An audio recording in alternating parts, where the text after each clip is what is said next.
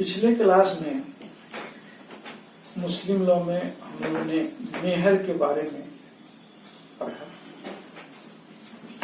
मेहर यानी निकाह के एवज में मुस्लिम पत्नी को दिया जाने वाला रकम, जिसे प्रतिफल कहा जाता है, जिसे कंसेशन मनी की संज्ञा दी जाती है।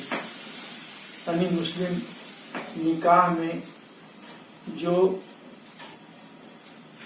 पत्नी के द्वारा शरीर समर्पण होता है, उसके एवज में जो रकम दी जाती है, जो निश्चित धनराशि या निश्चित संपत्ति जो दी जाती है, देने की घोषणा की जाती है, देने का वचन दिया जाता है, उसे हम मेहर की रकम कहते हैं। जो कॉन्ट्रैक्ट में कंसिडरेशन मनी का प्रतिफल का स्थान है, वही स्थान मुस्लिम निकाह में मेहर का है, प्रतिफल है, प्रतिकर है, कंसिडरेशन मनी। तो पिछले क्लास में हम लोगों ने पढ़ा कि कानून ने मुस्लिम लॉ में मेहर को धन, संपत्ति, रकम के आधार पर दो भागों में बांटा गया। अमाउंट के ग्राउंड पर मेहर को दो भागों में बांटा गया। पिछले क्लास में हमने पढ़ा, एक को मेहर मुसम्मा कहा जाता है, मेहर मुसम्मा यानी निश्चित मेहर यानी स्पेसिफाइड डावर, और दूसरे को मेहर मिस्ल यानी प्रॉपर डावर या कस्टमरी डावर या उचित मेहर कहा जाता है। तो राशि के आधार पर, संपत्ति के आधार पर, रकम के आधार पर हमने मेहर को दो भागों में देखा, मेहर मुसम्मा और मेहर मिस्ल। फिर उसके बाद मेहर मुसम्मा के अदायगी के आधार पर दो भागों में विभाजित किया जाता है। जो मेहर मुसम्मा है, जो निश्चित मेहर है, जो स्पेसिफाइड डावर है, वो निश्चित मेहर की भुगतान, वो निश्चित मेहर की अदायगी किस समय किया जाएगा, इस आधार पर मेहर को दो भागों में बांटा गया। यानी मेहर मुसम्मा निश्चित मेहर स्पेसिफाइड डावर को पेमेंट के ग्राउंड पर, भुगतान करने के समय के आधार पर दो भागों में बांटा गया। एक को कहा गया मुअज्जल मेहर और दूसरे को मुवज्जल मेहर। मुअज्जल मेहर यानी तात्कालिक मेहर यानी प्रॉम्प्ट डावर, जिस समय मांग हो उसी समय पेमेंट हो, डिमांड के ग्राउंड पर पेमेंट की व्यवस्था हो, उसे मुअज्जल मेहर कहा गया, यानी तात्कालिक मेहर कहा गया, यानी तत्काल उसका भुगतान हो। और दूसरा मुवज्जल मेहर यानी स्थगित मेहर यानी डिफर्ड डावर, जो विवाह विच्छेद के समय या फिर किसी पक्षकार के पति की मृत्यु के समय जो देय हो, जो स्थगित हो, डिफर्ड हो, वो मेहर यानी मुवज्जल मेहर। सामान्यतया जो मुवज्जल मेहर होता है, स्थगित मेहर होता है, डिफर्ड डावर होता है, उसकी रकम अधिक होती है, उसका अमाउंट ज्यादा होता है। लेकिन जो मुअज्जल होता है, जो प्रॉम्प्ट डावर होता है, तत्कालिक मेहर होता है, उसकी राशि सामान्यतः कम होती है, कम निर्धारित होती है। मुअज्जल मेहर की राशि कम निर्धारित होती है जनरली, सामान्यतः, और मुअज्जल मेहर का, डिफर्ड डावर का रकम सामान्यतः अधिक निर्धारित होती है। तो ये सब हम लोगों ने पिछले क्लास में देखा। दूसरा है मेहर मिस्ल। अभी तक हम लोगों ने देखा निश्चित मेहर के बारे में। निश्चित मेहर और उचित मेहर, दोनों के बारे में हम लोगों ने पढ़ा। तो मेहरे मिश्र यानी उचित मेहर, प्रॉपर डावर। ऐसा भी होता है कि निकाह के समय मेहर की राशि की घोषणा न की गई हो,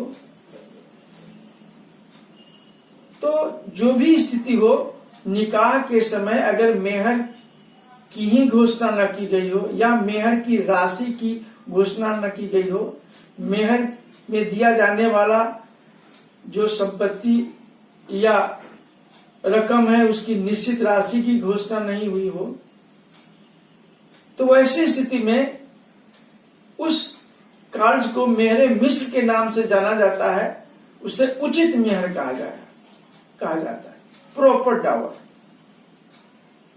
यानी अगर घोषणा नहीं हुआ हो किसी कारण से, तो पत्नी को यह अधिकार होगा कि वह उचित मेहर प्राप्त करे, यानी पत्नी उचित मेहर प्राप्त करने की हकदार होगी, ये उसे अधिकार होगा। हमीरा बीबी वर्सेस जुबेदा बीबी का मामला 1916 का बहुत फेमस मामला है, जिसमें न्यायालय ने कहा कि कानून या न्यायालय द्वारा निम्नलिखित बातों पर विचार कर निर्धारित किया जा सकेगा कि पत्नी को मेहर की कितनी राशि का भुगतान करवाया जाए। हमीरा बीबी बनाम जुबेदा बीबी के मामले में न्यायालय ने ये कहा कि पत्नी को कितना मेहर मिले, इसका निर्धारण कानून या न्यायालय कर सकेगा और उसे मेहर की रकम दिलवाएगा।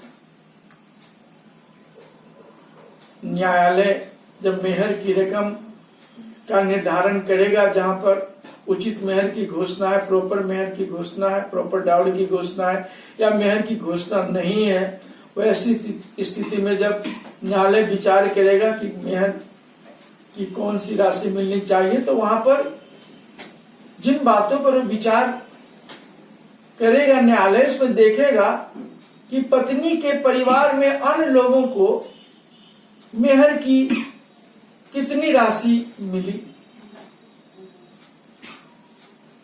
फिर विचार करेगा कि जिसे मेहर की राशि का भुगतान कराना है, यानी पत्नी की शैक्षणिक योग्यता क्या है, उनकी कार्य क्षमता क्या है, उनका सोशल स्टेटस सामाजिक स्थिति क्या है, उनका पारिवारिक फैमिली बैकग्राउंड क्या है, पारिवारिक स्थिति क्या है, यानी पत्नी के योग्यता को, पत्नी के शिक्षा को, पत्नी के प्रकृति को, पत्नी के परिवार में अन्य स्त्रियों को मिला हुआ मेहर की रकम को, पत्नी के परिवार के सामाजिक स्थिति को, स्तर को, सामाजिक स्तर को, यानी इन सभी बातों पर विचार करते हुए न्यायालय मेहर की रकम निर्धारित करेगी और पत्नी को उचित मेहर दिलवाएगी, क्योंकि पत्नी उचित मेहर की हकदार होगी। ये न्यायालय का फैसला है। इसके बाद भी जो मेहर की रकम दिया गया या दिया जाने वाला है, जिसकी घोषणा की गई, तो जिस मेहर की रकम की घोषणा की गई, उस घोषित मेहर के रकम में कमी करना पति के अधिकार क्षेत्र में नहीं आता, लेकिन पत्नी को यह अधिकार है कि अगर वो चाहे तो मेहर की रकम को छोड़ सकती है या हिबा ये मेहर कर सकती है और पति को मेहर की राशि गिफ्ट कर सकती है। यानी मेहर के राशि को छोड़ने का, मेहर के राशि को हिबा करने का, हिबा या मेहर करने का अधिकार पत्नी को होगा।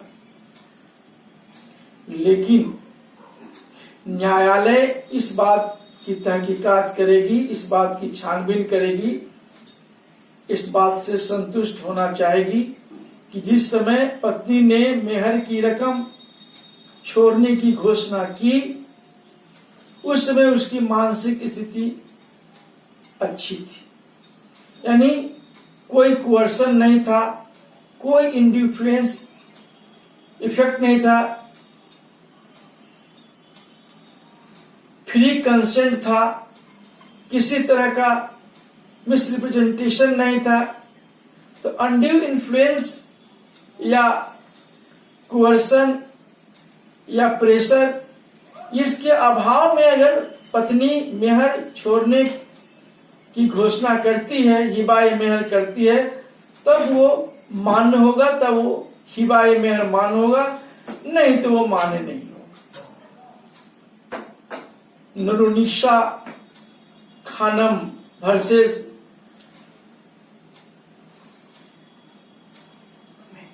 ख्वाजा मोहम्मद शकरू। नूरुन्निसा खानम वर्सेस ख्वाजा मोहम्मद शकरू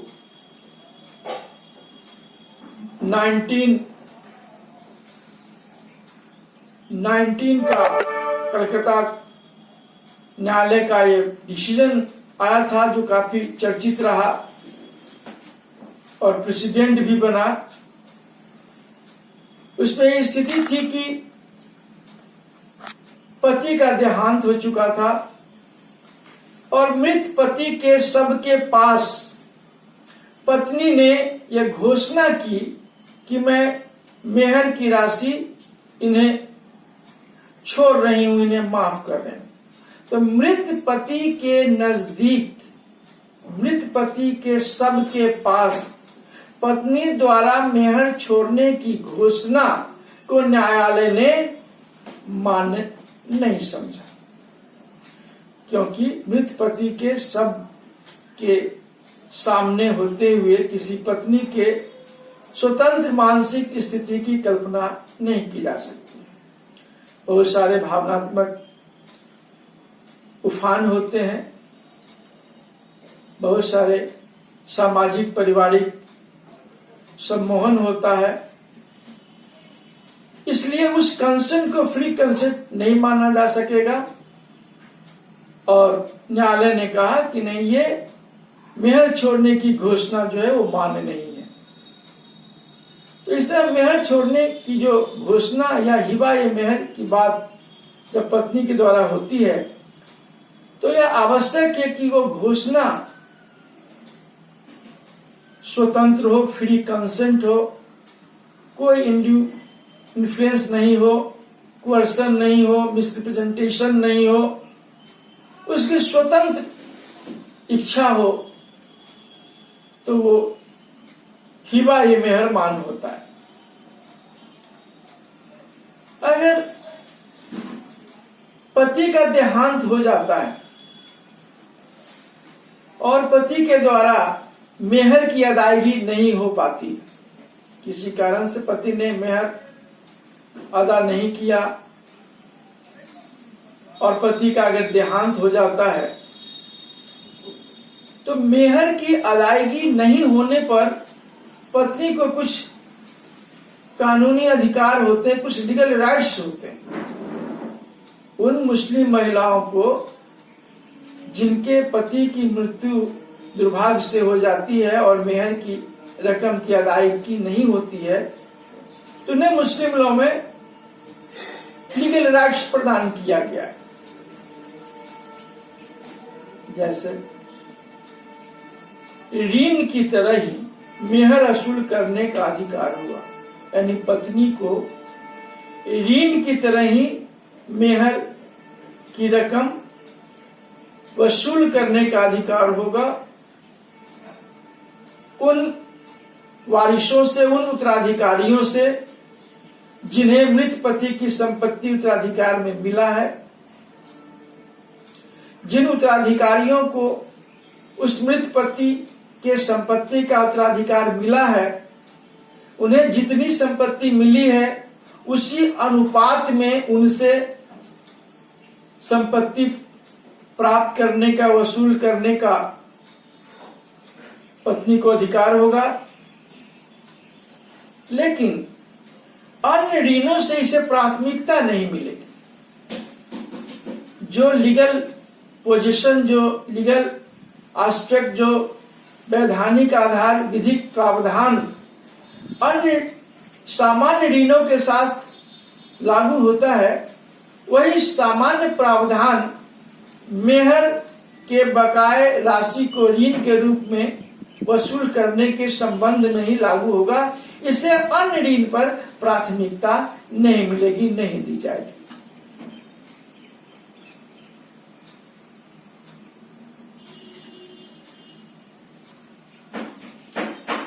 अगर